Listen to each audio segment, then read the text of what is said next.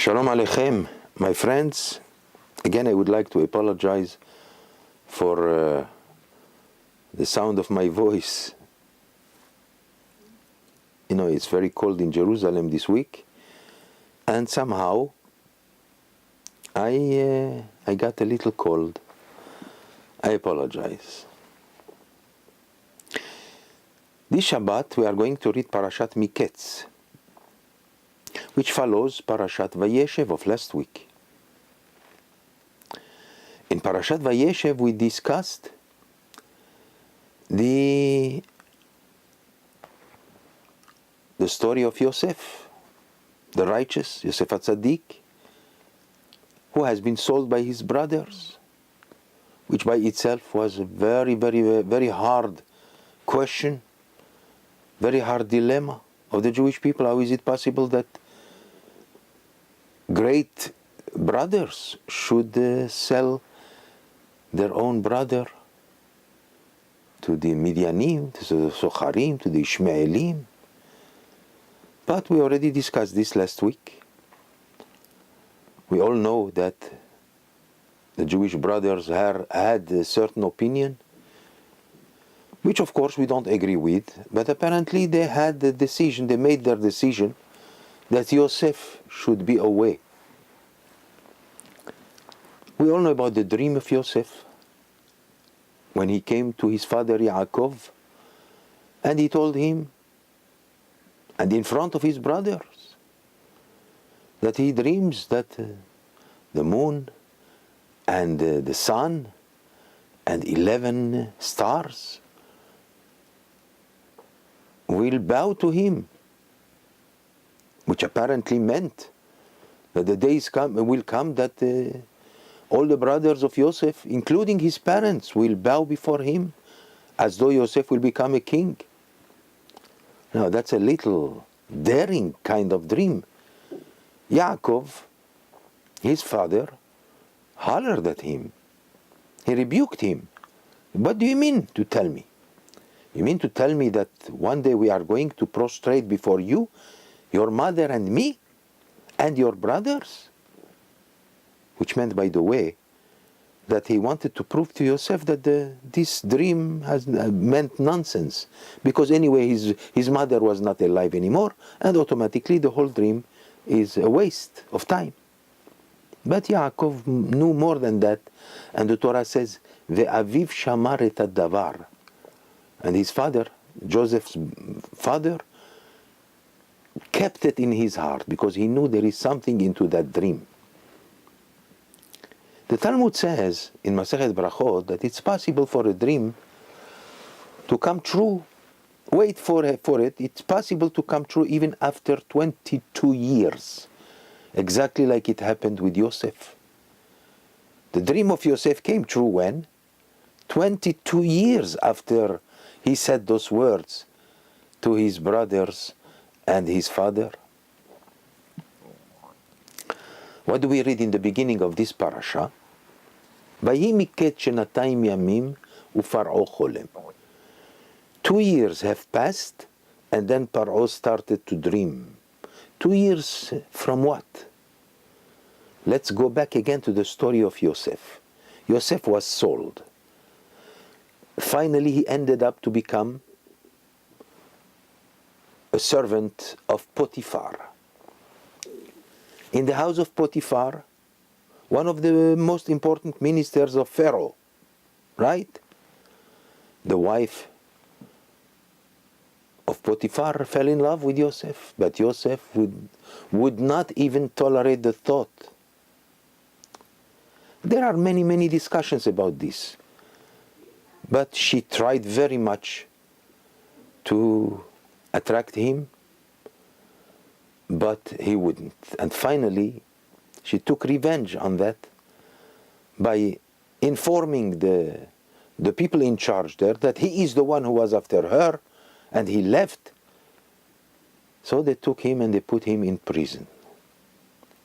In that prison, in a dungeon, a horrible prison, we can imagine how much Yosef, the righteous, the most beloved son of Yaakov, how much he suffered. Besides the fact of this great suffering that he endured when he was sold by his brothers and finally ending up in prison. But we already mentioned last week that this was the plan of God.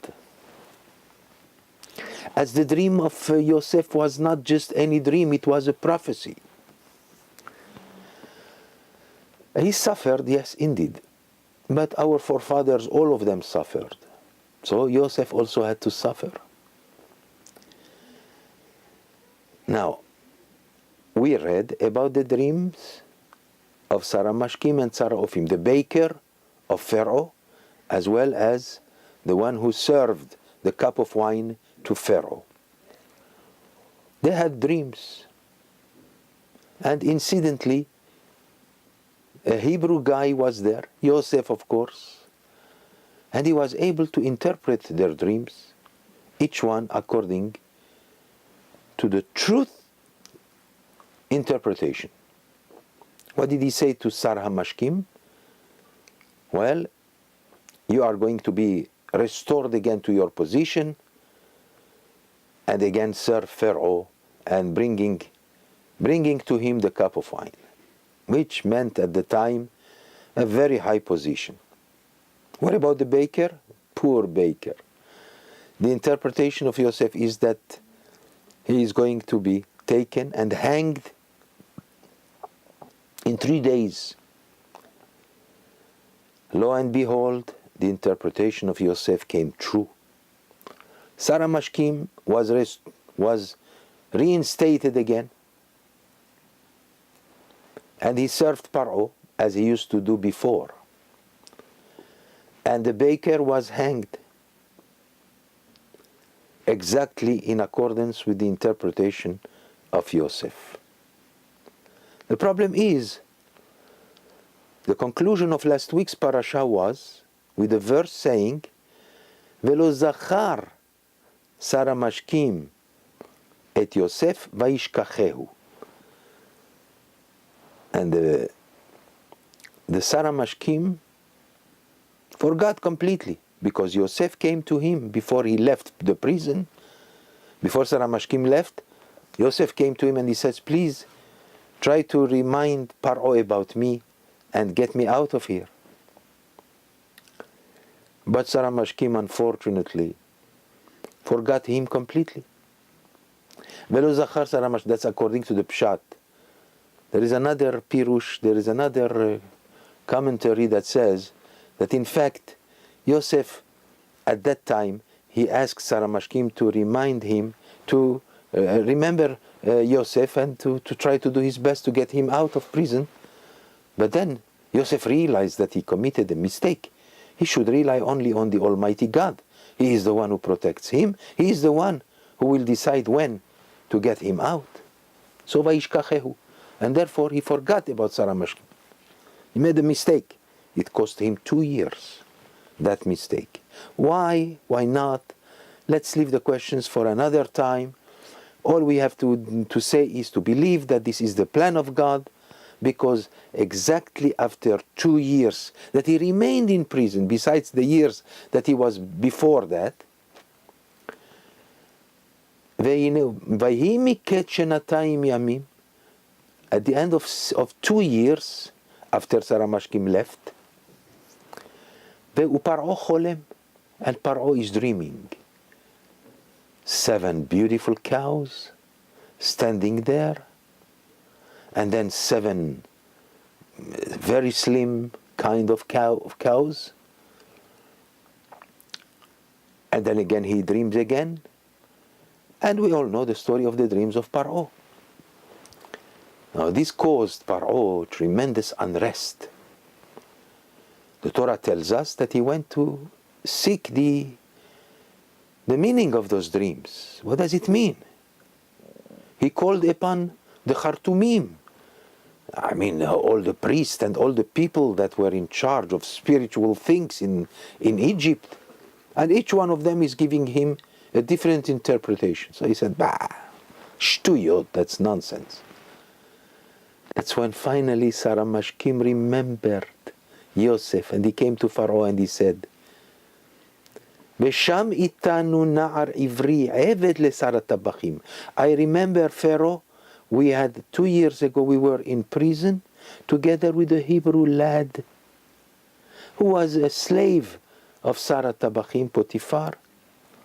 And you know what? He was capable of interpreting our dreams, and the interpretation was correct, exactly as he interpreted. That's what happened. The baker was hanged, I was restored again to my position, and Rashi says we should deplore the natural hatred of the Reshaim, of the wicked people, that even though he had by force to get some kavod, some honor from Paro, he had to admit that there is a Jew who is capable of doing that, but he had no choice. And yet, how did he describe the little lad? A Hebrew child, a slave. Rashi explains that usually in the tradition of the Egyptians, ancient Egypt, if you are a slave, you cannot become a king. If you are a Hebrew, of course not.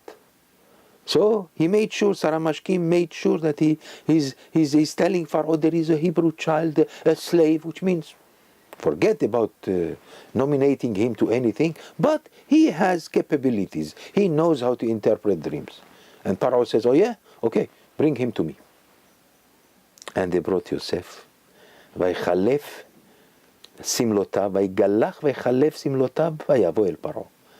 And they washed him, and they prepared him, and they gave him a nice haircut, and they gave him princely kind of vestments before he appeared before Paro. And Paro says to him, I heard that you are capable of would you like to hear my dreams? And Yosef said, okay, why not? I'll say whatever God will tell me to say, and only for the best of Pharaoh. And we all know the story. And he told him the 7 beautiful cows means the dream of those cows, the very healthy cows, means 7 years of tremendous plenty are coming upon Egypt. But then the second dream was the bad cows, the very slim cows that were able to swallow the beautiful cows. What does it mean? And Yosef says, after the 7 years of plenty, there are going to be 7 years of famine, so distressful, so terrible that we will forget about the 7 years of plenty. And therefore, and Yosef added a little advice to Paro. Ve'ata yere Paro ish navon ve'chacham. And now please, Paro, try to find a good person who is smart enough, wise enough to be able to organize the country to the best of his ability towards the coming years of plenty and to be ready for the years of famine. Pharaoh was all consumed with admiration towards Yosef. He said to him, me looking for another person? Wise? Why is there anyone wiser than you? You are the one whom I am going to appoint to be a king, a viceroy, only second to me. And nothing will move in Egypt without your permission. And what do we see now? What do we see? And Yosef's dream is coming true. He's now becoming a king, the supreme leader of Egypt, the prince of Egypt, beloved by all the Egyptians. The whole world is coming to Egypt in the years of famine to find food. And because of the marvelous organization of Yosef, Egypt became richer and richer. The treasuries of Pharaoh were filled up to the rim, and food was given to the rest of the world at that time. All because of the wise leadership of Yosef. And finally the brothers of Yosef are coming. They also are sent by their father Yaakov to come and see the possibility to bring food to the land of Canaan. Our sages said that it's not that in the house of Yaakov there was plenty of food, but Yaakov said we have to be similar to our neighbors. It's impossible that we should look healthy and full of food when our neighbors are not. This will cause tremendous jealousy and who knows what else. And that's why he sent his children while knowing that his son Yosef is according to what they told him, that he is no more among the living. So he remained all the time in terrible distress, and he deplored the departure of his son Yosef for all the duration of all these years. He didn't stop mourning for him till the day when he found out that Yosef is still alive. And not only that, he is the leader of all Egypt, the greatest empire of the world at that time. One word about dreams. Should we really pay attention to our dreams?